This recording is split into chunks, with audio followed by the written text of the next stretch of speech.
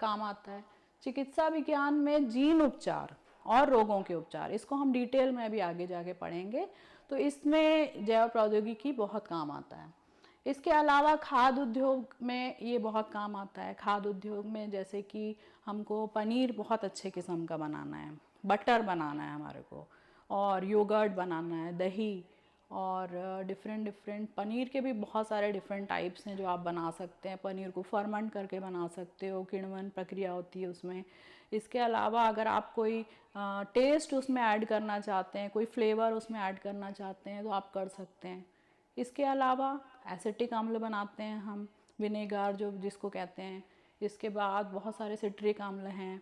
तो जितनी भी खाने पीने की चीज़ें हैं, बहुत अच्छी किस्म की ब्रेड्स जो है वो बनाई जाती हैं। तो इसमें जितनी भी खाने की चीज़ें ज़्यादातर आजकल हम लोग यूज़ करते हैं, वो जैव प्रौद्योगिकी के माध्यम से ही बनाई जाती है। कृषि के क्षेत्र में इसका सबसे ज़्यादा योगदान, मैं कहना चाहूँगी कि इसका सबसे ज़्यादा योगदान है। कृषि के क्षेत्र में कैसे योगदान है, क्योंकि अभी क्या हो रहा है कि हमारी जनसंख्या बढ़ती जा रही है, तो हमको ऐसे उसके प्लांट्स की ज़रूरत है, ऐसे हमको फसलों की ज़रूरत है जो कम एरिया में लगे लेकिन उसका उत्पादन ज़्यादा हो। जैसे कि हम ऐसे चावल उगाएं जिसमें फलियां ज़्यादा हो चावल की, ऐसे गेहूं जो है उसका उत्पादन हो जिसमें गेहूं की फलियां बहुत ज़्यादा हो। तो ऐसे फसल जो है वो बनाई गई हैं। उस फसलों में कुछ ऐसी चीज़ें भी डाली जाती हैं, जैसे कि कुछ बीजों का हम उत्पादन करते हैं जिस बीज में बहुत ऑयल कंटेंट रहता है। फिर कुछ ऐसे बीज होते हैं जिसमें प्रोटीन कंटेंट बहुत ज़्यादा रहता है। तो आप क्या है, उस बीज को अगर कंज्यूम करेंगे, खाएंगे, तो आपकी शरीर में पोषण की आपूर्ति हो जाएगी, प्रोटीन की आपूर्ति हो जाएगी, आपको प्रोटीन मिल जाएगा।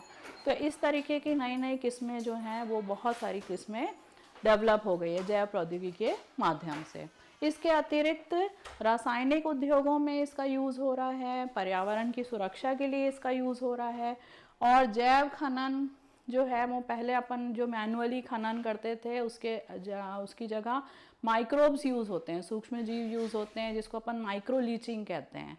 तो वो ऐसी टेक्निक है जिसमें पोल्यूशन नहीं होता, प्रदूषण रहित है वो, और उसमें आप माइक्रो ऑर्गेनिज्म यूज़ करके आप मेटल्स को, तत्वों को अलग कर सकते हैं। तो इसके अलावा भी बहुत सारे ऐसे एरिया हैं जहाँ पर जैव प्रौद्योगिकी यूज़ होती है।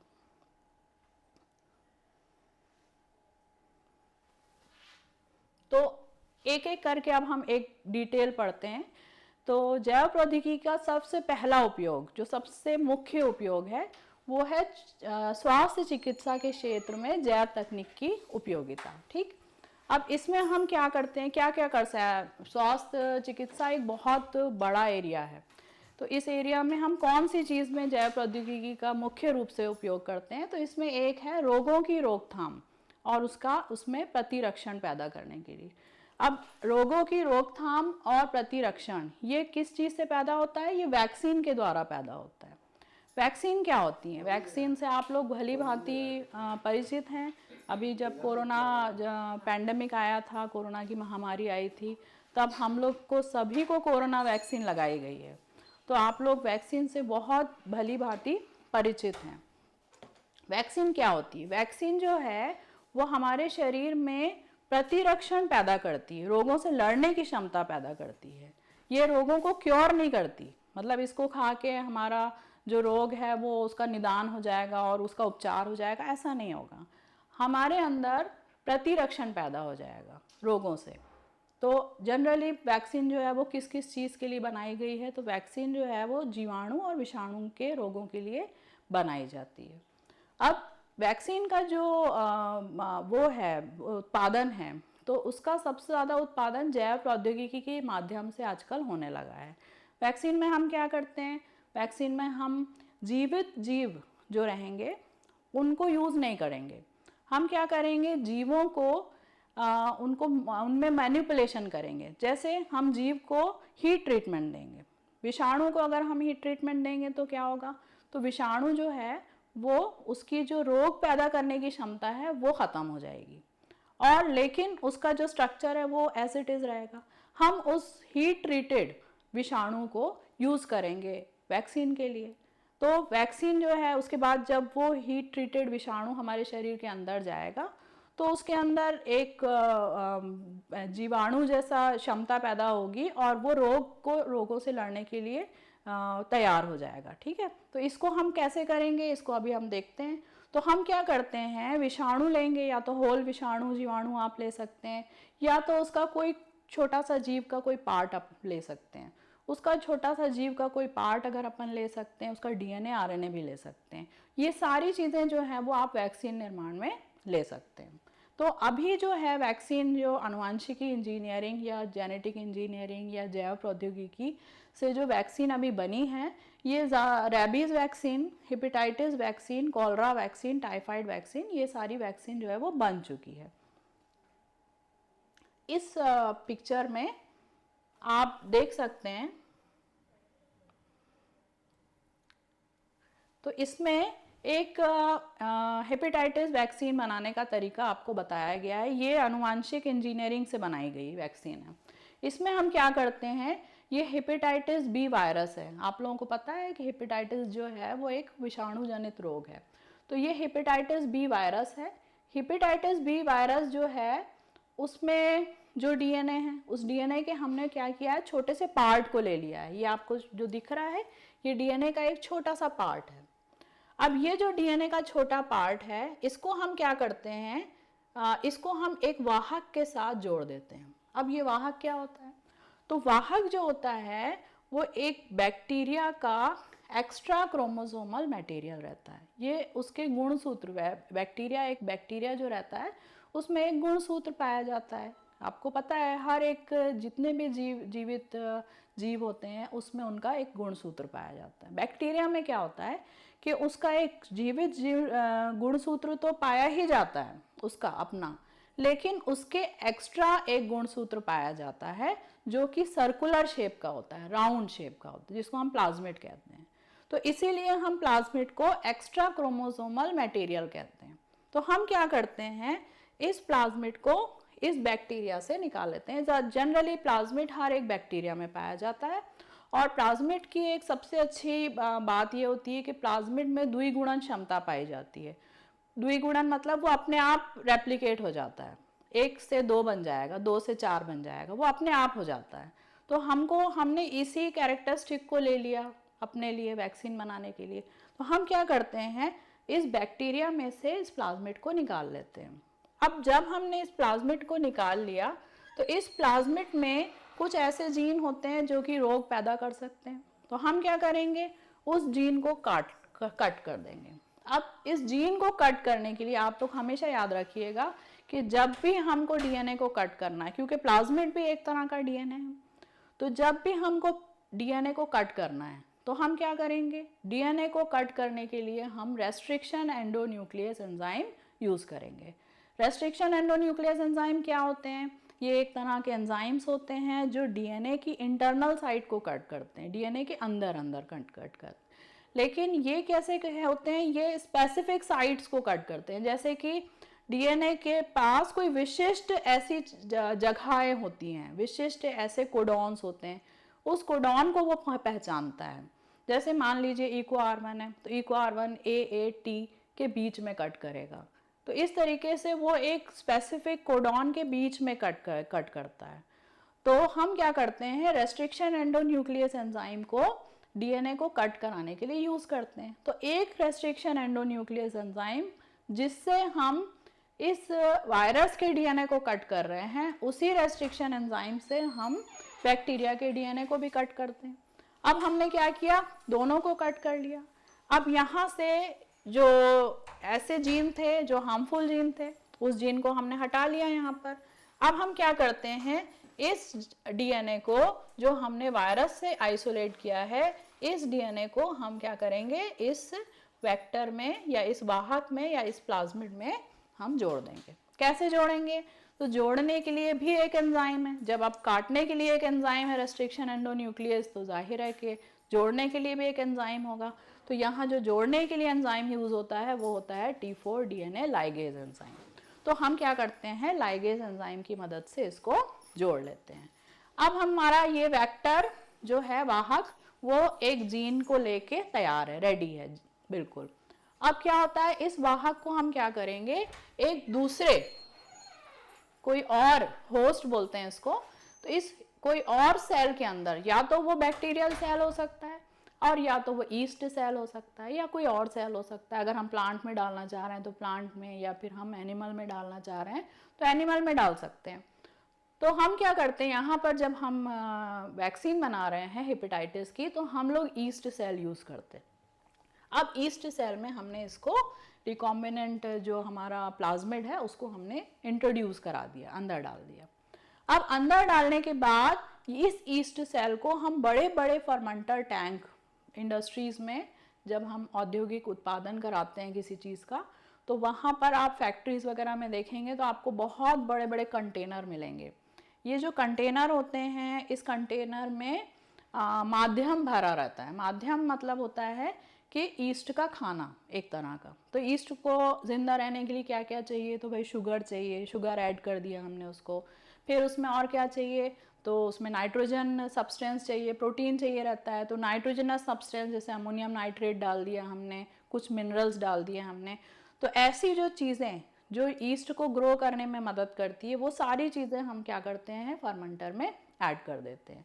अब फर्मेंटर में ऐड करने, और जनरली ये जो मीडिया रहता है, माध्यम रहता है, ये लिक्विड मीडिया रहता है। हम क्या करते हैं, इसको उसमें ऐड कर देते हैं। रिकॉम्बिनेंट जो सेल, ईस्ट सेल बना, वो फर्मेंटर में हमने इसको डाल दिया। अब क्या होगा, ईस्ट सेल डिवाइड होगा, डिवाइड होके वो धीरे धीरे धीरे 3-4 दिनों में वो पूरे फर्मेंटर टैंक में ये पूरा ग्रो हो जाता है। और जब ये ग्रो होता है तो ग्रो होने के साथ साथ ये क्या करेगा, क्योंकि आपको पता है कि ये डीएनए है इसके अंदर, तो ये क्या करेगा, प्रोटीन बनाएगा। तो ये जीन जो हमने इसमें इंट्रोड्यूस कराया था ईस्ट सेल का, उस ईस्ट सेल का जो जीन है वो प्रोटीन बनाना शुरू कर देगा। तो इस तरीके से आपका प्रोटीन जो है वो फर्मेंटर टैंक में तैयार होता जाएगा। ठीक है। अब उसके बाद क्या होता है, अब एक नई एक टेक्निक होती है, क्योंकि अब माध्यम में पूरा हेपेटाइटिस बी वैक्सीन आ गई है। तो अब माध्यम से हम क्या करेंगे, इस माध्यम से हम इसको आइसोलेट करना, अब हमको प्योर करना है इसको। तो हम क्या करते हैं, एक और दूसरा प्रोसेस होता है जिसको हम कहते हैं down stream processing. Down stream processing से हम माध्यम में जो प्रोटीन है, हेपेटाइटिस वैक्सीन जो बनी है, जो उसके जीन का प्रोटीन बना है, उस प्रोटीन को हम आइसोलेट कराएंगे, मतलब हम प्योर कराएंगे उसको। अब प्योर कराने के लिए हम क्या करते हैं, डाउन स्ट्रीम प्रोसेसिंग में हम उसके साथ कुछ चीज़ की क्रिया कराते हैं। जैसे प्रोटीन है, तो प्रोटीन की एक टेंडेंसी होती है कि जैसे ही आप अमोनियम सल्फेट उसमें डालोगे तो अमोनियम सल्फेट प्रोटीन के साथ चिपक जाएगा, और चिपकने के बाद क्या होगा, वो उसके नीचे टैंक में बैठता जाएगा। तो जितना प्रोटीन है वो पूरा, अगर अमोनियम सल्फेट आप डालते जाएंगे तो वो जितना प्रोटीन इसमें बना है वो सब कहाँ चला जाएगा, फर्मेंटेशन टैंक के नीचे में जाकर जमा हो जाएगा पूरा के पूरा। उसके बाद आप क्या करेंगे, आप लिक्विड को सेपरेट कर देंगे, और आपका जो प्रोटीन है जो नीचे प्रेसिपिटेट हो गया, नीचे बैठ गया है, उस प्रोटीन को आप प्योर कर लीजिए। अब आपका दूसरा काम क्या है कि अब आप अमोनियम सल्फेट को अलग करेंगे और आपका प्रोटीन को प्योर करेंगे। तो जो प्योर हो जाता है प्रोटीन, तब हम क्या करते हैं, प्योर करके उसको आप बॉटल्स में पैक करके आप उसको सेल करने के लिए या इंडस्ट्रीज़ में या मेडिसिन में वगैरह में, उसको आउटलेट में आप इसको भेज सकते हैं। मतलब अब ये जो वैक्सीन है ये बिल्कुल रेडी यूज़ है, तो आप इसको अब आप किसी भी तरीके से उसको यूज़ कर सकते हैं। तो अब वैक्सीन जो है वो करती क्या है, बॉडी के अंदर जाके वैक्सीन क्या करती है। तो बॉडी के अंदर वैक्सीन जब जाती है, तो जैसे कि मान लीजिए मैं एक वायरस है, ये वायरस है,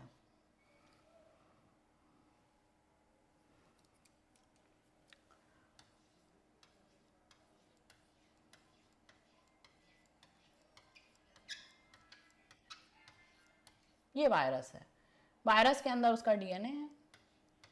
ठीक है।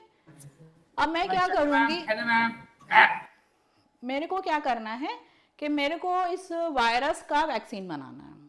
ठीक है, इस वायरस के अगेंस्ट वैक्सीन बनाना है। तो मैं क्या करूंगी कि इस वायरस का कोई भी पार्ट ले सकती हूँ, या तो मैं इसका डीएनए ले सकती हूँ, और या तो मैं इसका सीधा ये प्रोटीन ले लेती हूँ, प्रोटीन का एक टुकड़ा ले लेती हूँ, या तो फिर मैं क्या कर सकती हूँ, इस पूरे वायरस को ले लूंगी और इस पूरे वायरस को लेकर इसको थोड़ा सी देर के लिए हीट ट्रीटमेंट कराऊंगी, उसको थोड़ी देर के लिए गर्म जगह में रखेंगे, हम हीट में रखेंगे, 45 50 60 टेम्परेचर पे रखेंगे। तो इतने टेम्परेचर पे क्या होता है कि ये जो प्रोटीन होता है, ये वायरस होता है, ये पूरा वायरस क्या हो जाएगा, इनएक्टिव हो जाएगा, पूरा इनएक्टिव हो जाएगा। अब क्या होगा, जब ये वायरस इनएक्टिव हो जाएगा तो अब हम अगर इसको पूरे को बॉडी के अंदर इंट्रोड्यूस कराएंगे, तो इस इनएक्टिव वायरस को अगर मैं बॉडी के अंदर डालूंगी, किसी की भी बॉडी के अंदर डालूंगी, तो क्या होगा, क्योंकि ये तो वायरस इनएक्टिव है तो ये रोग तो पैदा नहीं करेगा लेकिन प्रतिरक्षा पैदा करेगा। तो कैसे प्रतिरक्षा पैदा करेगा, तो ये क्या करता है, जब हमारे बॉडी के अंदर कोई भी बाहर का सब्सटेंस जाता है तो उसको हमारी बॉडी बाहर फॉरेन रिकॉग्नाइज कर दी, बाहरी है, ऐसा रिकॉग्नाइज करेगी कि ये बाहर की चीज़ है, तो उसको वो एंटीजन बोला जाता है। तो जो भी चीज़ बाहर की हमारे शरीर के अंदर जाती है तब हम उसको क्या कहते हैं, एंटीजन कहते हैं। तो ये एंटीजन बन गया, ये वायरस जिसको हमने हीट ट्रीटमेंट के बाद बॉडी के अंदर इंजेक्ट किया है, ये वायरस क्या हो गया, ये वायरस जो है वो एंटीजन कहलाएगा।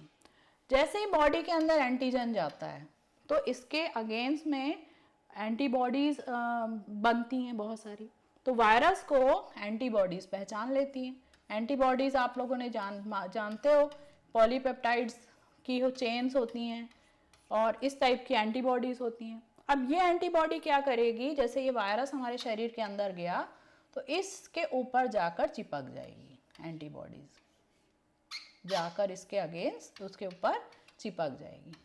चिपकने के बाद ये क्या करती है, ये चिपक गई। अब ये एक तरह का सिग्नल होता है, बॉडी के और जो सेल्स होते हैं उनको ये सिग्नल देती है कि अब हमारे अंदर में कोई फॉरेन मटेरियल आया है, कोई एंटीजन आया है और अब हमारे को उसको रिमूव करना है।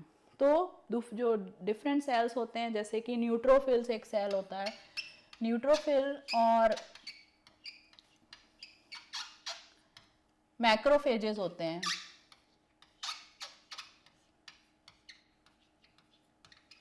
तो ये मैक्रोफेजेस और न्यूट्रोफिल्स की टेंडेंसी क्या होती है, ये खा जाते हैं। जैसे ही एंटीजन एंटीबॉडी को देखते हैं, ये देखते हैं ना, जैसे ही एंटीबॉडी लगी हुई है तो इनको समझ में आ जाता है कि एंटीबॉडी किसी एंटीजन के ही साथ लगी है, मतलब ये कोई हार्मफुल चीज़ है जो हमारे शरीर में आ गई है। तो ये क्या करेगी, ये उसको इनगल्फ कर लेगी, खा जाएगी और खा के हमारे शरीर से ये अलग कर देगी। जैसे ये एक कॉम्प्लेक्स है एंटीजन एंटीबॉडी का, ये वायरस है और उसको एंटीबॉडी ने पहचान लिया है और ये एक मैक्रोफेजेस आया, ऐसा रहता है मैक्रोफेजेस। तो ये मैक्रोफेजेस आया और क्या करेगा, इसको अपने अंदर में इनगल्फ कर लेगा, अंदर डाल लेगा और अंदर डालने के बाद इसके अंदर बहुत सारे एंजाइम्स रहते हैं, तो ये एंजाइम क्या करेंगे, इसको डिग्रेड कर देंगे। तो इस तरीके से जो एंटीजन हमारे शरीर में आया है वो नष्ट हो जाता है। तो ये तो सिंपल एंटीजन एंटीबॉडी रिएक्शन हो गया। लेकिन वैक्सीन के समय क्या होता है, जैसे ही हम वैक्सीन को अपने शरीर के अंदर इंट्रोड्यूस कराते हैं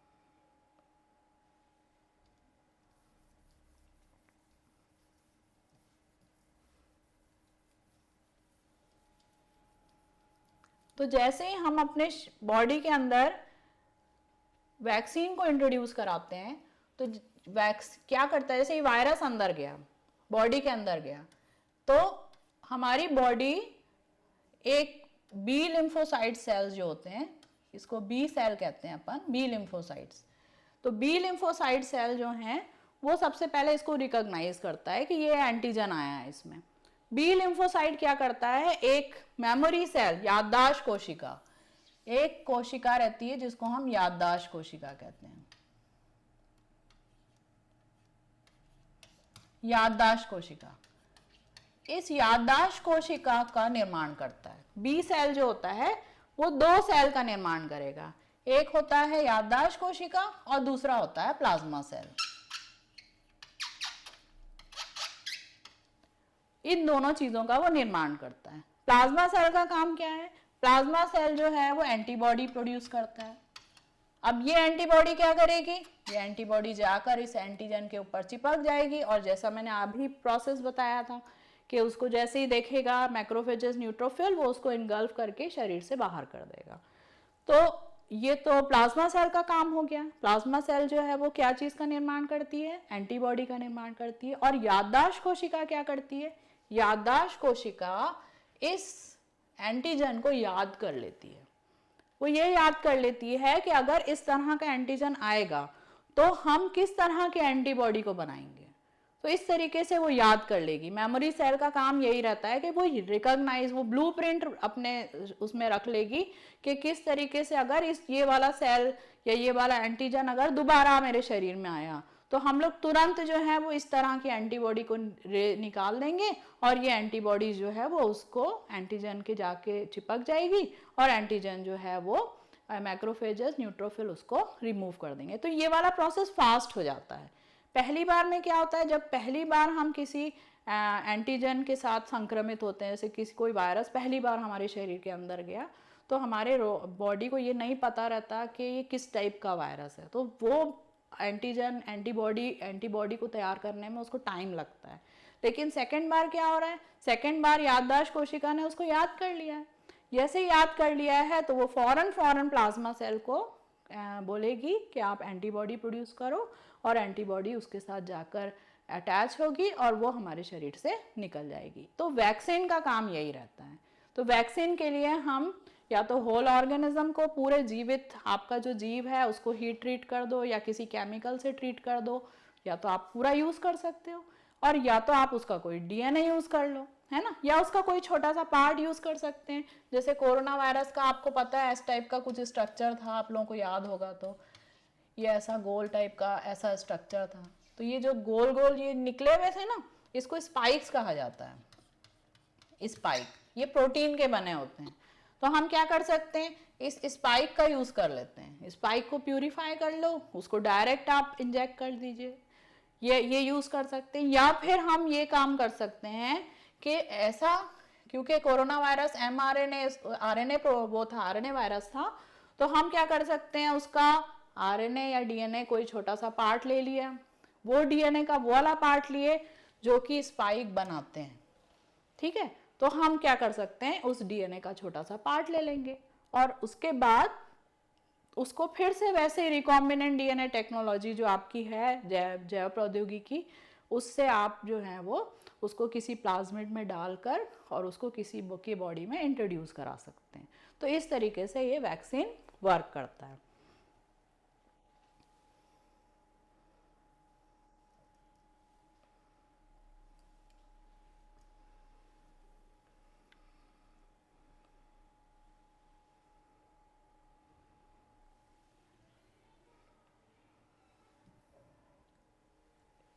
अब ये एक दूसरी टेक्निक है, इसको कहते हैं स्टेम सेल तकनीक। स्टेम सेल तकनीक ये भी जैव प्रौद्योगिकी के अंतर्गत ही आता है। स्टेम सेल तकनीक में हम क्या करते हैं? तो इस स्टेम सेल क्या होता है, सबसे पहले तो ये हमको जानना है।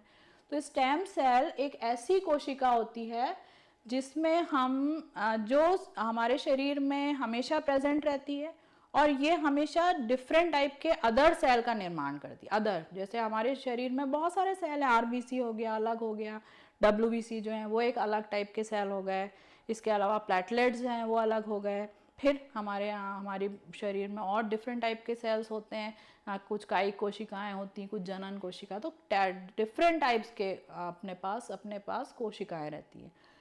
ये सारी कोशिकाओं का निर्माण कहाँ से होता है? स्टेम सेल से होता है। अब स्टेम सेल कहाँ पे रहते हैं? तो अस्थि मज्जा आप लोगों ने नाम सुना होगा, बोन मैरो, तो बोन्स के अंदर में जो हॉलो जगह रहती है उसको बोन मैरो कहा जाता है। उस बोन मैरो में ये स्टेम सेल प्रेजेंट रहती हैं। ये आप समझ लीजिए स्टेम सेल मदर कोशिकाएं हैं। हमारे शरीर की जितनी भी कोशिकाएं हैं उनका सबकी मदर कोशिका कौन है? Stem cell. मतलब जितनी भी सेल हैं उसका निर्माण कहाँ से हो रहा है? स्टेम सेल के द्वारा हो रहा है। तो स्टेम सेल बहुत इंपॉर्टेंट कोशिकाएं हैं, बहुत ज़्यादा, और इसका यूज़ कर कर आजकल बहुत सारे रोगों का उपचार किया जा रहा है, बहुत सारे रोगों का उपचार हो चुका है। समझ लीजिए ये एक तरह से, ये टेक्नोलॉजी एक तरह से हमारे लिए गिफ्ट का काम कर रही है। तो ऐसे अनुवांशिक रोग हैं जिसको हम सर्जरी से नहीं कर सकते, या हम ऐसे अनुवांशिक रोग हैं जिसको हम दवाई दे के ठीक नहीं कर सकते, जिसके लिए आपको उसके डीएनए को ही ठीक करना पड़ेगा पेशेंट के। तो अगर ऐसा कोई तकनीक अभी तक हुई नहीं थी जिसमें हम डीएनए को अलग कर दें किसी भी पर्सन से, तो स्टेम सेल तकनीक जो है वो एक ऐसी तकनीक है जिसमें आप उसके रोगी के डीएनए को ठीक कर सकते हैं। अगर मान लो उसके डीएनए में कोई ऐसा जीन है जो कि अनवांटेड जीन है, जो कि ख़राब जीन है, सो बोल दीजिए आप उसको, जिसकी वजह से रोग हो रहा है, तो उस जीन को आप हटा सकते हैं और उसकी जगह पर एक नॉर्मल जीन डाल सकते हैं। लेकिन आपको कौन सी कोशिकाओं का यूज़ करना पड़ेगा? उसमें स्टेम सेल कोशिकाओं का यूज़ करना पड़ेगा। तो स्टेम सेल तकनीक जो है वो, उससे आजकल विभिन्न जानलेवा बीमारियों का उपचार किया जा रहा है, सक्सेसफुली किया जा रहा है। अच्छा, स्टेम सेल जो है वो एक ऐसी विशेषीकृत कोशिकाएं होती हैं जो आनुवंशिक कोशिकाएं हैं जो विभाजित होकर अपनी जैसी प्रतिलिपि बनाती है। तो स्टेम सेल जब भी विभाजित होती है तो वो अपनी जैसी एक प्रतिलिपि बनाती रहती है। और ये कहाँ रहती है? तो ये अस्थि मज्जा में रहती है और कंटिन्यूसली ये डिवीजन इसमें होता रहता है। क्यों? क्योंकि इसको डिफरेंट टाइप के सेल्स का निर्माण करना ही रहता है। उसके बाद सबसे पहले स्टेम सेल शब्द, इसका जो यूज है उसको किसने किया था? रशियन वैज्ञानिक ने किया था। रशियन वैज्ञानिक जिसका नाम मैक्सिमोव था। तो मैक्सिमोव ने इसका सबसे पहले यूज किया था। और किस में किया था? तो उसने स्किड पेशेंट में किया था 1968 में। स्किड क्या है? तो स्किड एक बीमारी है जिसका फुल फॉर्म होता है severe combined immuno deficiency disease. मतलब इसमें रोगों की प्रतिरक्षा जो होती है वो कम हो जाती है, रोगों से लड़ने की क्षमता जो होती है वो कम हो जाती है। तो सर्वप्रथम स्टेम सेल का जो प्रयोग है वो मैक्सिमोव ने किया था और इसने स्किड का सफल उपचार जो है वो इसमें किया, और उसको अस्थि मज्जा को उसने स्टेम सेल को ट्रांसप्लांट भी किया था। फिर सन 2007 में एक और वैज्ञानिक थे, डॉक्टर एंटोनी अटाला। उन्होंने स्टेम सेल को पृथक किया। मतलब स्टेम सेल को पृथक करना भी बहुत मुश्किल का काम होता है कि आपको अस्थि मज्जा में से निकाल करके स्टेम सेल को अलग करना है, तो ये भी बड़ा मुश्किल का काम होता है। तो ये पृथक करने का काम जो है वो उसमें डॉक्टर एंथोनी अटाला ने किया था। उसके बाद मैरियो कैपेथी, मार्टिन एवांस और ओलिवर स्मिथ, ये 3 साइंटिस्ट थे। तो इन्होंने सन 2007 में चूहों में कोशिका पर कार्य करने के लिए इनको नोबेल प्राइज मिला था। मतलब इन्होंने क्या किया था? चूहों में स्किड चूहे जो थे उसका इन्होंने सफल उपचार किया था, ये 3 साइंटिस्ट ने, और उसके लिए इनको नोबेल प्राइज भी मिला था। तो स्टेम सेल तकनीक की उपयोगिता अपनी पुनर्जन्म क्षमता तथा क्षतिग्रस्त कोशिकाओं की मरम्मत करने की क्षमता के कारण इन कोशिकाओं को शरीर के अन्य भाग की कोशिकाओं में स्थानांतरित करने पर वहां नई कोशिका और स्वस्थ ऊतक बनने में सहायक होते हैं। तो जैसे हमारे शरीर में मान लीजिए कि कोई ऐसी चीज़ है जो कि नई कोशिका जहाँ बनना है, तो वहाँ पर अगर आप स्टेम सेल जो हैं उसको आप स्थानांतरित करेंगे तो वो नई कोशिका बनाने में सहायक होती है। तो हमारे शरीर में जो मरम्मत का कार्य होता है वो स्टेम सेल कोशिकाओं के द्वारा ही होता है। ये फ़ौरन डिवाइड होते रहती हैं और ओल्ड जो कोशिकाएं हैं उसकी फ़ौरन जगह ले लेती हैं। इसी तरीके से आप जब त्वचा का प्रतिस्थापन होता है, जब स्किन ट्रांसप्लांट होता है, तब भी स्टेम कोशिकाएं जो हैं उनमें जीन में परिवर्तन किया जाता है। फिर मस्तिष्क की कोशिकाओं का प्रतिस्थापन है, उसमें भी हम इसी तकनीक का यूज़ करते हैं। मधुमेह का उपचार अगर करना है तो भी स्टेम सेल तकनीक का यूज़ करेंगे। नए ऊतक, जैसे बाल, किसी किसी के बाल नहीं रहते, तो अगर नए बाल उगाना है तो आप स्टेम सेल तकनीक का यूज़ करके नए बाल उगा सकते हैं। नए दांत जो हैं वो आ सकते हैं किसी भी पर्सन के, अगर हम इस तकनीक का यूज़ करेंगे। ये है। अब स्टेम सेल तकनीक यूज़ कैसे की जाती है, ये कैसे करते हैं, इसके स्टेप्स क्या होंगे, चरण क्या होंगे। तो इसमें क्या होता है कि कि सबसे पहले ये ना एक स्किड का वो है एग्जाम्पल है। स्किड मैंने आपको बताया था, severe combined immuno deficiency disease. Skid patient में क्या होता है, इसमें एक एडीए डेफिशिएंसी होती है, एडिनोसाइन डीएमिनेज। एडिनोसाइन डीएमिनेज एक एंजाइम है, तो स्किड पेशेंट में ये एंजाइम नहीं बनता, इसमें उसकी डेफिशिएंसी होती है, मतलब उसमें ये एंजाइम होता ही नहीं है। तो उसकी वजह से क्या होता है कि ये एंजाइम के नहीं होने से उनके अंदर में प्रतिरक्षा करने की क्षमता खत्म हो जाती है। तो हम क्या कर सकते हैं, इस एंजाइम के जीन को डाल सकते हैं उसकी बॉडी में। कोई भी पर्सन है जिसकी बॉडी में स्किड पेशेंट है, जिसके अंदर में एडीए डेफिशिएंसी है, जो जिसके अंदर ये एंजाइम नहीं है, हम क्या करेंगे, अगर उस एंजाइम के जीन को अंदर डाल दिए तो क्या होगा कि वो जीन अंदर जाएगा और नए एडीए डेफिशिएंसी ख़त्म हो जाएगी, एंजाइम का प्रोडक्शन शुरू हो जाएगा और पर्सन जो है वो क्योर हो जाएगा, उपचार हो जाएगा उसका। तो हम क्या करते हैं, ये बैक्टीरियम है, बैक्टीरिया ये carry plasmid with cloned normal human ADA gene, मतलब ये एक ऐसा बैक्टीरिया है जिसके पास क्या चीज़ है, इसके पास ये जीन है। कौन सा जीन है ये ह्यूमन एडीए जीन है, एडिनोसाइन डीएमिनेज एंजाइम जीन है। ठीक, अब ये वाला जीन जो है इस बैक्टीरिया से हम क्या करेंगे, ये एक जेनेटिकली डिसेबल्ड रिट्रोवायरस है। रिट्रोवायरस भी एक तरह का वायरस है, it is a type of virus. तो हम क्या करते हैं, इस वायरस के जो डीएनए हैं उसको निकाल देंगे, वायरस के डीएनए को निकाल देंगे, एडिनो वायरस रिट्रोवायरस के। तो ये रिट्रोवायरस के जीन को हमने हटा दिया और इसको हम यूज़ करेंगे ऐसा वाहक, क्योंकि हमको अपना ये वाला जीन जो है वो किसी के अंदर में इंट्रोड्यूस कराना है। तो हम क्या करते हैं, इस रेट्रोवायरस को लेंगे और ये वाला जो जीन है, ये बैक्टीरिया का जो जीन है, वो इसको इसमें हम डाल देंगे। तो ये cloned ADA gene is incorporated into virus. अब ये क्या होगा, ये वाला वायरस, ये वाला डीएनए जो है वो इसमें चला गया रेट्रोवायरस का, रेट्रोवायरस में। अब हम क्या करेंगे, ये जो वायरस है रेट्रोवायरस, इस रेट्रोवायरस को हम retrovirus infects T cell transfer ADA gene to cell. अब ये क्या है, ये टी सेल है। टी सेल क्या होते हैं, टी सेल जो होते हैं वो भी एक टाइप का लिम्फोसाइट होता है। तो आप लोगों ने श्वेत रक्त कोशिकाओं के बारे में पढ़ा होगा। तो श्वेत रक्त कोशिकाओं में एसिनोफिल्स, बेसोफिल्स, न्यूट्रोफिल्स और मोनोसाइट्स और एक होता है लिम्फोसाइट्स। तो लिम्फोसाइट्स जो होते हैं वो बहुत ज़्यादा रोगों से लड़ने की क्षमता रहती है उसके अंदर। तो ये जो लिम्फोसाइट्स होते हैं, इस लिम्फोसाइट्स में ये दो टाइप के होते हैं, एक बी लिम्फोसाइट और एक टी लिम्फोसाइट। तो बी लिम्फोसाइट का काम क्या है, बी लिम्फोसाइट का काम है कि वो एंटीबॉडी बनाना है, उसका काम एंटीबॉडी बनाने का है। और टी लिम्फोसाइट का काम क्या है, टी लिम्फोसाइट जो सेल डिस्ट्रॉय हो चुके हैं या कोई गड़बड़ सेल आ गया है या वायरस का इन्फेक्शन हो गया है, उस वायरस के इन्फेक्शन को दूर करना, या फिर कोई सेल जो है वो ख़राब हो गया है तो उस सेल को डिस्ट्रॉय करना। ठीक है, तो इस टाइप का काम, या फिर किसी को सिग्नल देना है तो वो क्या करता है, इंटरफेरॉन्स वगैरह रिलीज़ करता है, इंटरल्यूकिन्स रिलीज़ करता है।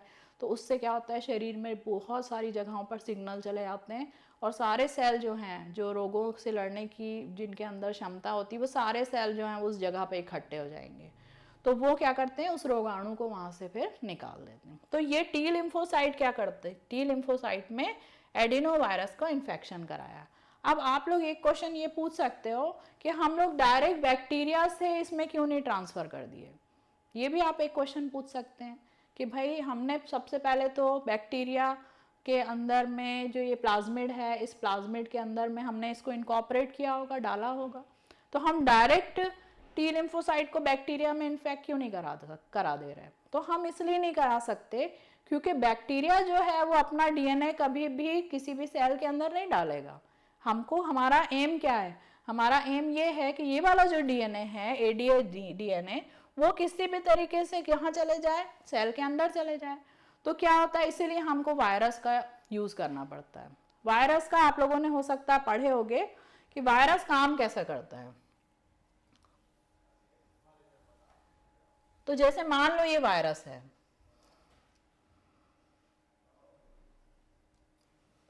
ये वायरस है,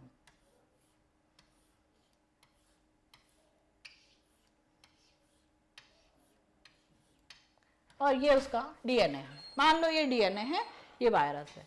वायरस कैसे इन्फेक्ट करता है हमारे शरीर को, वायरस क्या काम करता है कि वायरस सबसे पहले तो जब उसको इन्फेक्शन करना रहता है तो वो हमारे शरीर की ओपनिंग से जाएगा, कभी भी स्किन से नहीं जाएगा, स्किन से पेनिट्रेट नहीं हो सकता वायरस, उसके अंदर इतनी कैपेबिलिटी नहीं होती।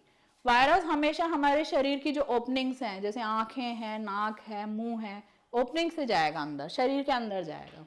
शरीर के अंदर जाने के बाद वायरस क्या करता है, वायरस जो है वो ब्लड में जाने से बचता है कि कैसे भी मैं ब्लड में ना जाऊं। क्यों? क्योंकि अगर वो ब्लड में चला गया, ब्लड के अंदर चला गया, एंटीबॉडी उसको पहचान लेगी, एंटीबॉडी पहचानेगी और वायरस से आके चिपक जाएगी, और चिपकने के बाद क्या करेगी, मैक्रोफेजेस को बुला लेगी, न्यूट्रोफिल्स को बुला लेगी। न्यूट्रोफिल्स मैक्रोफेजेस क्या करेंगे, पूरे वायरस को इनगल्फ करके खत्म कर देंगे। तो ये उस चीज से बचता है। तो ये क्या करता है, ये किसी सेल को ढूंढता है, मतलब ये छुपता है एक्चुअली। तो ये क्या करेगा, ये किसी सेल को ढूंढता है।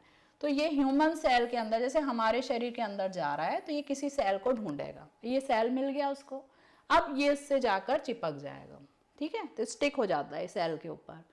जाकर चिपकने के बाद ये अपने डीएनए को इसके अंदर डाल देगा, ये अपने डीएनए को अंदर डालता है, ये कभी भी खुद अंदर नहीं जाएगा कभी भी, तो ये अपने डीएनए को अंदर भेज देता है। अब इसका डीएनए जो है वो दो तरह से काम करता है, हमारी सेल की मशीनरी यूज करके, हमारे एंजाइम को यूज करके, हमारे डीएनए जितने भी पॉलीमरेज एंजाइम हैं, ये सारी चीजें हमारी मशीनरी यूज करेगा, हमारे सेल के अंदर जो जो चीजें हैं वो सब ये यूज करेगा। और ये क्या करता है, अपना नंबर बढ़ाता जाता है। तो जैसे एक डीएनए आया था तो ये 2 डीएनए हो गया, ये 3 डीएनए हो गया, ऐसे टाइप से अपना पूरा डीएनए बनाता जाता है। बहुत सारा डीएनए रेप्लिकेट जब इसका हो जाएगा तब क्या करता है, प्रोटीन बनाने लगता है। तो ये प्रोटीन बनने लगता है इसका। आपको पता ही है कि वायरस का जो ऊपर का पोर्शन होता है ये प्रोटीन का होता है, तो ये प्रोटीन बनाने लगेगा, इस तरीके से प्रोटीन बनाने लग गया। अब क्या होगा, ये पैकिंग करता है, इसका मतलब ये है कि अब ये जो डीएनए बना है ये क्या हो जाएगा, इस वायरस के अंदर पैक हो जाएगा, ठीक है।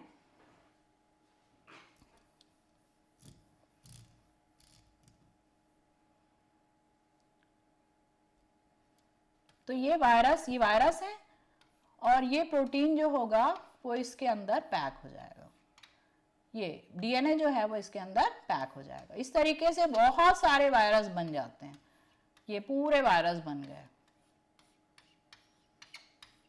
और ये पूरा सेल जो है वो फुल ऑफ वायरल वायरसेस से हो जाएगा, ये पूरा सेल भर जाएगा। जब ये पूरा सेल भर जाएगा तो अब इसके पास कैपेसिटी नहीं है। अब क्या होगा, इस सेल की लाइसिस होगी, मतलब ये सेल जो होगा वो धीरे से रप्चर होगा, ये रप्चर हुआ, और रप्चर होने के बाद ये पूरे वायरस जो हैं वो एनवायरमेंट में फैल जाते हैं। तो ये एक तरीका होता है, इसको हम कहते हैं लाइटिक साइकिल। तो ये लाइटिक साइकिल होती है, लाइटिक साइकिल, वायरस की लाइटिक साइकिल। तो एक काम और करता है वायरस, ये तो एक तरह का इन्फेक्शन हो गया। जनरली सर्दी खांसी अपन का जो इन्फ्लुएंजा वायरस ये सब सर्दी होती है ना, तो ये इसमें यही करता है, ये सेल को डिस्ट्रॉय करके अपना नंबर को बढ़ाता जाता है। लेकिन एक और खतरनाक तरीका होता है जिससे वायरस इन्फेक्ट करता है, तो ये होता है, इसमें क्या करता है वायरस, ह्यूमन सेल के अंदर जाएगा, ये ह्यूमन सेल है और ये उसका डीएनए है, मान लो ये उसका डीएनए है ह्यूमन सेल का। अब ये वायरस क्या करता है, ये अपने डीएनए को इसके अंदर डालेगा और अपने डीएनए को इसके बीच में इंटीग्रेट कर देगा, फंसा देगा, घुसा देगा अपने डीएनए को। तो जब हमारा डीएनए रेप्लिकेट होता है, डबल होगा, जैसे हमारा डीएनए डबल हुआ तो उसके साथ साथ ये वायरस डीएनए भी डबल होता जाता है। तो ये एक तरीका होता है, इसको कहते हैं लाइसोजेनिक साइकिल, ठीक है। तो इसको हम लाइसोजेनिक साइकिल कहते हैं। तो ये दो तरह से वायरस जो है वो इन्फेक्ट करता है, एक होता है लाइटिक और एक होता है लाइसोजेनिक। तो हम क्या करते हैं, इसके यही कैरेक्टरिस्टिक को ले लेते हैं कि इसका जो लाइसोजेनिक साइकिल है, इसका मतलब ये है कि ये वायरस जो है वो अपने डीएनए को अंदर डाल सकता है, कैपेसिटी है इसके अंदर। तो हम लोग इसके कैरेक्टर को ले लेते हैं और इसके कैरेक्टर को यूज करके हम क्या करते हैं,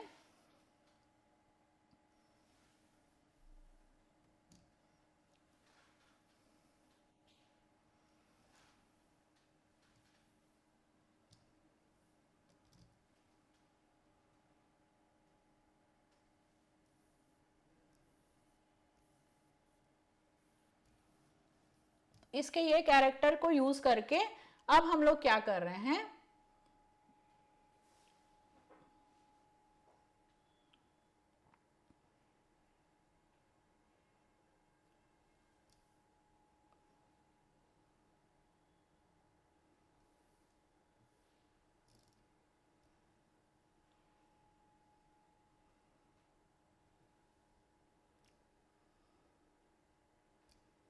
चलो तो यही वाली कैरेक्टरिस्टिक को हम लोग क्या कर रहे हैं, लेके हम क्या कर रहे हैं, अपने स्टेम सेल के अंदर इंट्रोड्यूस करा रहे हैं। ठीक है, तो ये एडिनोवायरस हो गया, ये एडिनोवायरस हो गया, एडिनोवायरस के अंदर डीन चला गया।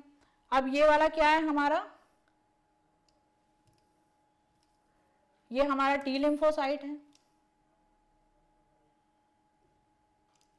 ये टी लिम्फोसाइट है। अब क्या होगा, वायरस इसको इन्फेक्ट करेगा, इन्फेक्ट करने के बाद ये अपना डीएनए कहाँ चला जाएगा, इसमें डाल देगा। ठीक है, तो ये टी लिम्फोसाइट जो है ये हमारे तैयार हो गए। अब ये टी लिम्फोसाइट हमारे तैयार हो गए, इस टी लिम्फोसाइट्स में आपके एडीए जीन है। ठीक है, तो ये एडीए जीन अब हमारे शरीर के अंदर ट्रांसप्लांट करेंगे। कहाँ पे करेंगे, बोन मैरो में ट्रांसप्लांट करेंगे। बोन मैरो में ट्रांसप्लांट करने के बाद जो नॉर्मल सेल बनेंगे, ठीक है, बोन मैरो के अंदर ये टी लिम्फोसाइट को डाल देंगे। तो ये जब टी लिम्फोसाइट डिवाइड होंगे, तो जब ये डिवाइड होंगे तो सारे जो नए सेल बनेंगे उसमें भी आपका एडीए सेल जीन रहेगा, क्योंकि हमने यहाँ पर कौन सा जीन डाला हुआ है, एडीए जीन डाला हुआ है। तो इसके पास जो यहाँ पे जो सेल बनेंगे उसके पास भी एडीए जीन रहेगा। तो हमारे पास क्या हो गया, एडीए जीन जो है वो उसकी पूर्ति हो गई। और ये टी लिम्फोसाइट बोन मैरो में जाएगा, वहां पे ये डिवाइड होता जाएगा, डिवाइड होता जाएगा, तो आपका जो एडीए डिफिशियंसी है वो एडीए डिफिशियंसी जो है वो उससे पूरी हो जाएगी। ठीक है, तो इस तरीके से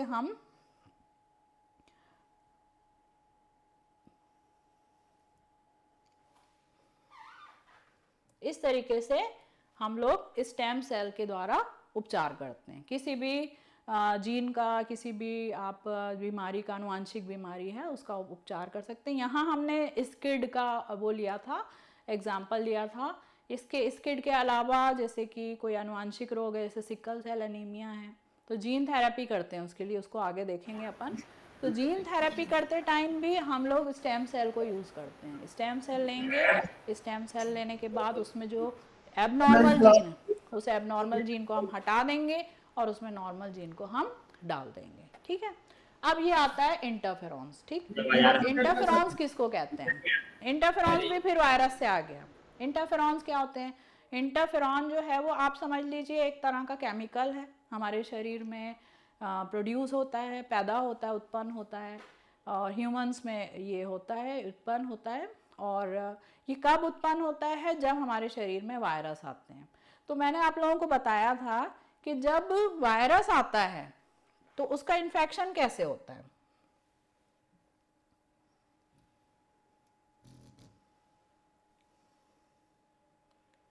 तो जब वायरस आता है तो मैंने आप लोगों को बताया कि हमारे शरीर में अगर वायरस एंटर किया है तो वायरस क्या करेगा, वायरस जो है वो ब्लड में से बचेगा, ब्लड में जाने से, और वो क्या करेगा, किसी कोशिका के अंदर एंटर हो जाएगा। अब मान लो ये वायरस जो है वो इस कोशिका के अंदर एंटर हो गया और यहाँ अब वो धीरे धीरे हो रहा है, रेप्लिकेट हो रहा है, अपने नंबर को बढ़ा रहा है। ठीक है, अब जो एंटीबॉडी है वो तो ब्लड में रहती है, एंटीबॉडी को पता ही नहीं है कि हमारे शरीर के अंदर वायरस जो है वो तो डबल होता जा रहा है, डबल क्या ट्रिपल चौबल होता जा रहा है। तो इसको पता ही नहीं है एंटीबॉडी को, क्योंकि एंटीबॉडी जो है वो ब्लड में जो चीजें हैं उसको पहचान सकती है, लेकिन वो कोशिका के अंदर नहीं जा सकती, एंटर नहीं कर सकती। लेकिन वायरस जो, इसीलिए वायरस कोशिका के अंदर घुसता है, क्यों, क्योंकि उसको एंटीबॉडी से बचना रहता है। अब क्या होता है कि जैसे ही वो सेल के अंदर चला गया और अब उसका नंबर बढ़ रहा है, लेकिन हमारे शरीर के अंदर भी बहुत सारे ऐसे मैकेनिज्म हैं जिससे वो बता देगा हमारे सेल के अन्य, हमारी कोशिकाओं, हमारे बॉडी के अन्य कोशिकाओं को कि मेरे शरीर में संक्रमण हो रहा है, और वो जो प्रतिरोधी सेल्स होते हैं, जो जिससे जो लड़ने वाले सेल्स होते हैं, उनको वो बुला लेती है। वो कैसे करेगा कि जैसे ही वो सेल के अंदर रेप्लिकेट होगा अपना नंबर बढ़ाएगा, तो ये कोशिका क्या करती है, ये कोशिका एक केमिकल रिलीज करती है और उस केमिकल का नाम होता है इंटरफेरॉन। ये इंटरफेरॉन को अपन पढ़ेंगे, इंटरफेरॉन।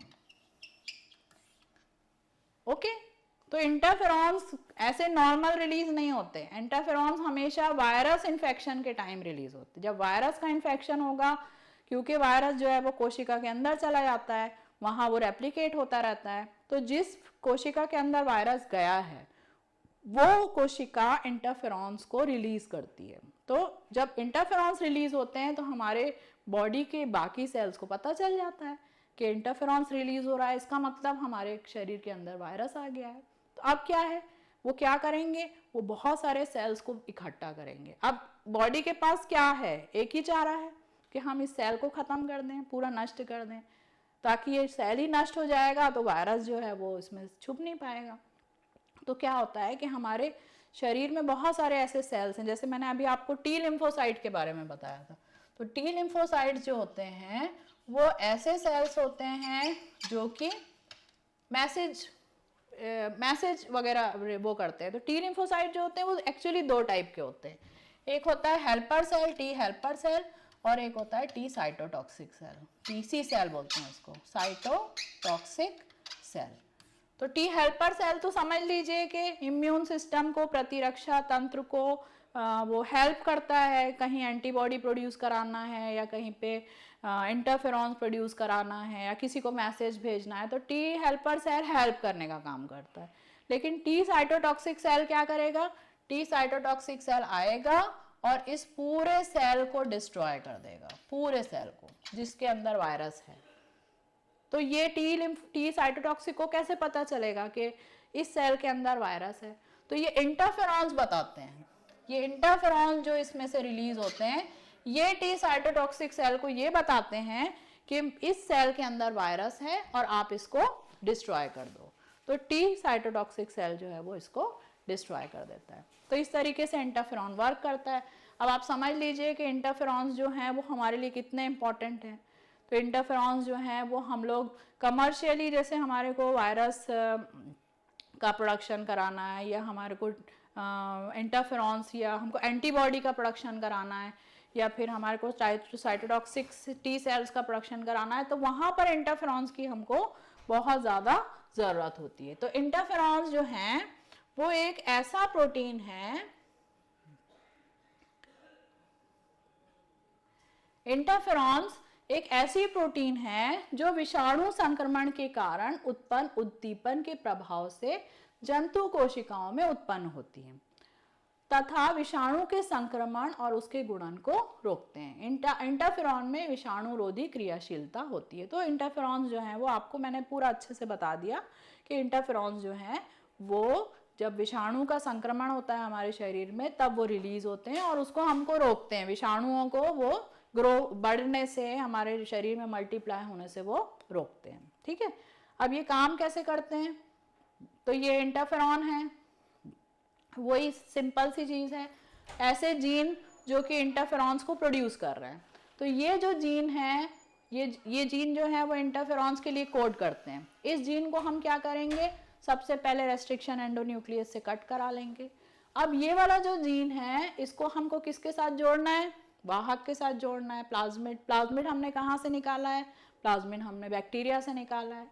इस प्लाज्मिड को और इस जीन को हम दोनों को सेम रेस्ट्रिक्शन एंडोन्यूक्लियस से क्लीव कराएंगे ताकि जो साइट होगी वो दोनों साइट जो होगी वो सिमिलर होगी। अब हम क्या करेंगे, रेस्ट्रिक्शन एंडोन्यूक्लियस, ये डीएनए जो हमने कट कराया है और जो प्लाज्मिड है उसको हमने कट कराया है, इस प्लाज्मिड को और इस डीएनए को हम क्या करेंगे, दोनों को जोड़ देंगे। तो मैंने आप लोगों को पहले ही बताया है कि जैसे कि हम जब डीएनए को कट कराना रहता है तब फिर हम क्या करते हैं, डीएनए को कट कराने के लिए हम रेस्ट्रिक्शन एंडोन्यूक्लियस यूज करते हैं, लेकिन यहाँ पर हमको जोड़ना है। तो जोड़ने के लिए हम कौन सा क्या यूज करेंगे, enzyme, T4 DNA ligase enzyme. अब ये दोनों जुड़ गया, जुड़ने के बाद अब ये पूरा के पूरा आपका वाहक तैयार हो गया। इस वाहक को हम इकोलाई का नाम आपने सुना होगा, इकोलाई एक तरह का जीवाणु होता है एस्चेरिचिया कोलाई इसका फुल फॉर्म है। ये ज़्यादातर एक तरह का फैक्ट्री के जैसा यूज़ करते हैं अपन, जो बायोटेक्नोलॉजी हैं वाले स्टूडेंट्स हैं वो लोग इसको एक केमिकल फैक्ट्री के जैसा यूज़ करते हैं। तो ये पूरा के पूरा प्लाज्मिड इसके अंदर चला जाएगा, और जब इस ई कोलाई को हम बड़े बड़े फर्मेंटर में बहुत अच्छे माध्यम के साथ ग्रो कराएंगे, तो उस माध्यम में मैंने आपको डाउनस्ट्रीम प्रोसेसिंग अभी समझाई कि उस माध्यम में बहुत सारा इंटरफेरॉन्स रिलीज हो जाएगा। अब इस इंटरफेरॉन्स को हम प्योर करते हैं। प्योर, हर एक प्रोटीन को प्योर करने का अलग अलग तरीका है। जैसे एक तरीका मैंने आपको बताया था कि जब हमको किसी प्रोटीन को अलग करना है दूसरे प्रोटीन से, तो आप उसमें अमोनियम सल्फेट डाल दीजिए, तो वो पूरा प्रोटीन नीचे सेटल डाउन हो जाएगा। तो इस तरीके से हम बहुत सारे इंटरफेरॉन्स का प्रोडक्शन करा सकते हैं, और आप उसको फिर उसको डायरेक्ट जो है वो मार्केट में उसको सेल कर सकते हैं। अब अपना सेकंड टॉपिक है इंसुलिन। ये इंसुलिन बहुत इंपॉर्टेंट टॉपिक है। इंसुलिन जो है वो देखा जाए तो अभी जो मार्केट में जो सबसे ज़्यादा डिमांड अगर किसी चीज़ की है वो होती है इंसुलिन की। इंसुलिन किस काम में आता है तो आप लोगों को पता है बेटा कि इंसुलिन जो है वो डायबिटीज़ के, मधुमेह रोग के उपचार के लिए काम आता है। तो जब मधुमेह क्यों होता है, डायबिटीज़ क्यों होता है? डायबिटीज़ जो होता है वो इंसुलिन की कमी से होता है। जब हमारे शरीर में इंसुलिन की कमी हो जाती है तब ये डायबिटीज़ का रोग होता है। तो इंसुलिन का मुख्य काम क्या है? शुगर लेवल जो है, ग्लूकोज लेवल, उसको क्या करेगा? वो कम कर देगा। ठीक, तो इंसुलिन जो हम आजकल जेनेटिक इंजीनियरिंग से बना रहे हैं उस इंसुलिन को हम क्या कहते हैं? ह्यूमोलिन कहते हैं। ठीक है, इंसुलिन को ह्यूमन, क्योंकि ये ह्यूमन इंसुलिन है इसलिए इसका हमने नाम क्या रखा? हमने इसका ह्यूमोलिन नाम रखा। तो जो जेनेटिक इंजीनियरिंग से हम बना रहे हैं उस इंसुलिन को हम सिंथेटिक इंसुलिन कहते हैं, क्योंकि ये हम निर्माण कर रहे हैं, इसको नेचुरली ये निर्माण नहीं हो रहा है, तो इसको हम क्या कहते हैं? सिंथेटिक इंसुलिन कहते हैं। तो इसका इंसुलिन का जो प्रोडक्शन है वो पहले के ज़माने में जानवरों से होता था। तो पहले क्या होता था कि जानवरों के अग्नाशय से इंसुलिन जो नॉर्मल केस में हमारे शरीर में प्रोड्यूस होता है तो वो हमारे अग्नाशय के बीटा सेल ऑफ लैंगरहैंस से प्रोड्यूस होता है। तो बीटा सेल ऑफ लैंगरहैंस जो है वो इंसुलिन का प्रोडक्शन करता है, और फिर वो इंसुलिन जो है वो ग्लूकोज लेवल को कम करता है। तो अब हमारे शरीर में इंसुलिन का उत्पादन नहीं हो रहा तो हमको बाहर से तो लेना पड़ेगा उसको। तो बाहर से लेने के लिए पहले क्या करते थे? बहुत सारे जानवरों के अग्नाशय वगैरह को क्रश किया जाता था और उसके बाद इंसुलिन का उसमें से उत्पादन होता था। तो वो बहुत कम होता था और इतने सारे जानवर जो हैं उसको उसकी ज़रूरत पड़ती थी। तो ये, और दूसरी बात ये थी कि ये जो इंसुलिन जो कि जानवर से यूज़ होता था वो पूरा के पूरा इंसुलिन जो था वो एलर्जिक रहता था। मतलब अब डॉग का इंसुलिन अगर हम अपने बॉडी में इंजेक्ट करेंगे तो जाहिर है अपने को एलर्जी होगी। तो ये सारी चीज़ें साइंटिस्ट के दिमाग में चल रही थी। तो उसने क्या किया कि इंसुलिन का उत्पादन उसने जैव प्रौद्योगिकी के माध्यम से कराया। अब हम क्या करते हैं, आप लोगों ने अभी तक जितना भी देखा होगा आप लोग तकनीक तो समझ गए होंगे कि हम इसका उत्पादन अब कैसे कराने वाले हैं। सेम वही प्रोसेस है। हमको कहाँ से सेल जीन लेना है? क्योंकि हम ह्यूमन इंसुलिन प्रोड्यूस करा रहे हैं तो हमको ह्यूमन के अग्नाशय के अंदर जो बीटा सेल होता है वहाँ से हमको उसका डीएनए लेना है। ये डीएनए जो है ये इंसुलिन जीन के लिए रिस्पॉन्सिबल है, मतलब ये प्रोड्यूस करता है।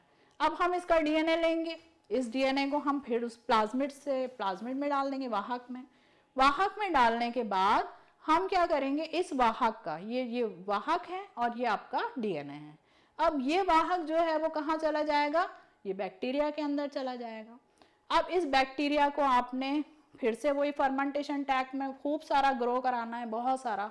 तो ये फर्मेंटेशन टैंक के बारे में मैंने आपको बताया कि फर्मेंटेशन टैंक जो है वो एक ऐसा बहुत बड़े बड़े फर्मेंटेशन टैंक होते हैं। जब अपन किसी फैक्ट्री में जाएंगे तो आप देखोगे वो पूरे पैक रहते हैं, मतलब कि वो एसेप्टिक रहेंगे, मतलब वो कहीं से भी उसमें कोई और बैक्टीरिया ग्रो नहीं करेगा। जो बैक्टीरिया हमने डाला है वही बैक्टीरिया ग्रो करेगा। उस फर्मेंटेशन टैंक में बहुत सारा माध्यम रहता है, जो माध्यम जो है वो किसके लिए ज़रूरी है? इस बैक्टीरिया के ग्रोथ के लिए ज़रूरी है। जैसे बैक्टीरिया को शुगर चाहिए खाने के लिए, बैक्टीरिया को नाइट्रोजन चाहिए, वो सारी चीज़ हम डाल देंगे। अब उसके बाद इसको ग्रो कराएंगे, ग्रो कराने के बाद अब इसमें इंसुलिन का प्रोडक्शन हो चुका है।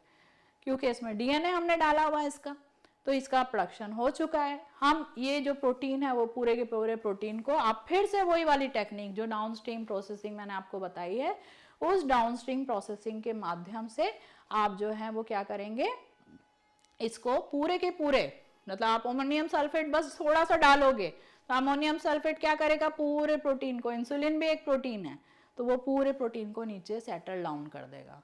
आप उसको प्योर करके उसको आप बहुत अच्छी सी बॉटल में पैक करके उसको सीधा सीधा मार्केट में सेल कर सकते हैं।